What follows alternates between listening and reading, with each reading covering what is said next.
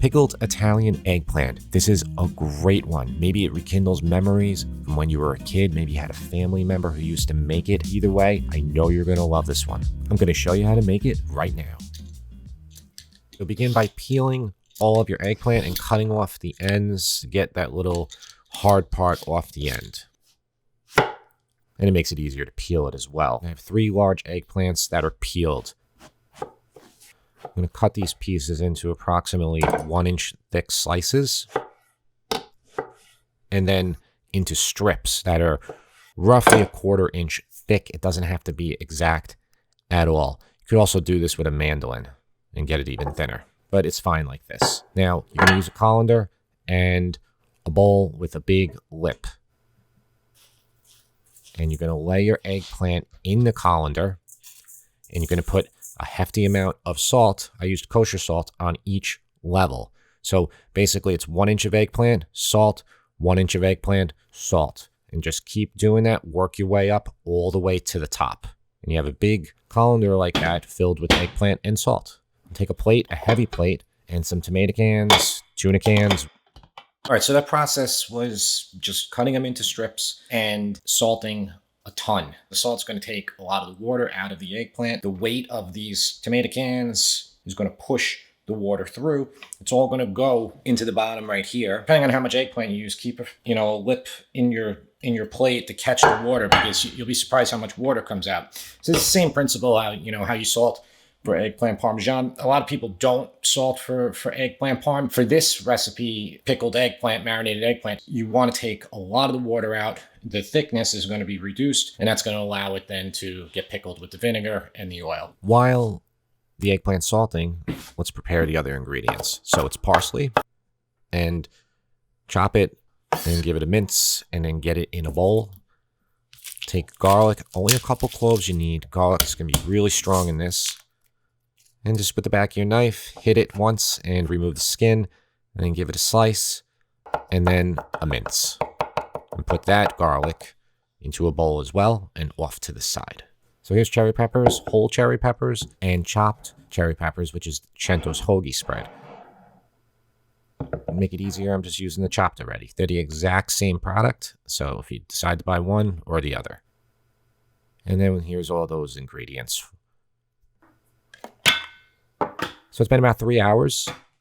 I'm removing the plates, and look at how much water came out of the eggplant. It's amazing, right? It really is. So that all came out, all that brown liquid. Some people say it's takes some of the bitterness out.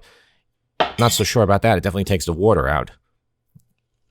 And it reduces the volume by about half. So the pieces are smaller now. And I'm going to put the plate back on, and I'm going to put the cans back on. Ideally, you want to do this for 6 to 8 hours. I did it for maybe 1 more hour now, and a little bit more water came out. The longer, the better. I think 6 hours is a really good amount. I'm going to take that eggplant in my colander to the sink, and I'm going to wash it well, and I'm going to remove a lot of the salt, and I'm going to squeeze it out.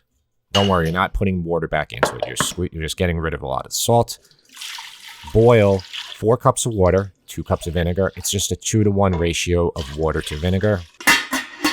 So yeah, bring it to a boil. Once it's a roaring boil, get your eggplant in, and do not cook it longer than 2 minutes, because if it gets too soft, it will break apart, and you don't want that. Right after 2 minutes, 1.5, 2 minutes, get it in the colander, cold water, rinse it off. And we want to cool it down right away, and then get it onto a baking sheet. You can use a couple, spread it out. And evaporation works better, but for expediency's sake, I use paper towels to dry it off. Here's our setup. We have the eggplant, our garlic, cherry peppers, and parsley. We have our clean jars, and I'm just going to dry it off even more if I can. I want to remove as much water as I can to get this process ready to go for the jarring. So I layer eggplant on the bottom of the jar, then I mean a little tiny touch of the garlic, touch of the cherry peppers, and the parsley. And with the back of a wooden spoon, I just push it down, and then I layer the eggplant again, and my garlic, cherry peppers, and parsley. And I just build it up. Now I used 3 jars. I thought that was going to be sufficient. It wasn't, so I took a big jar, 32 ounce. This was an old cherry pepper jar. And I'm gonna just layer again. And I'm using dried chili flakes here for this batch instead of the cherry peppers. You can change it up. You can use a lot of different ingredients for this. Some people will use jalapeno peppers. Some people use mint, basil. Use whatever you want. I put regular olive oil 3/4 way up, and then I top it with extra virgin olive oil.